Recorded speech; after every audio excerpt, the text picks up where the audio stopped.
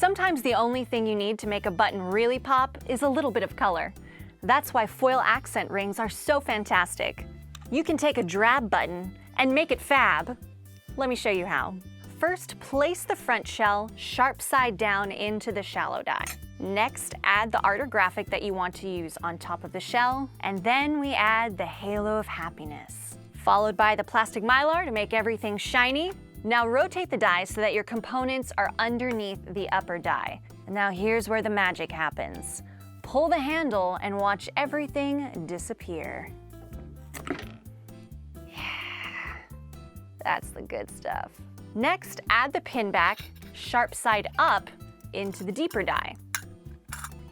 Rotate the die once again so that it's underneath the upper die, and pull the handle once more.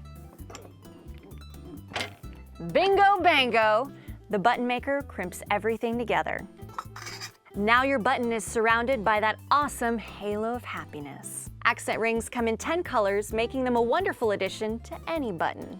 There's even a heart shape for that special someone in your life.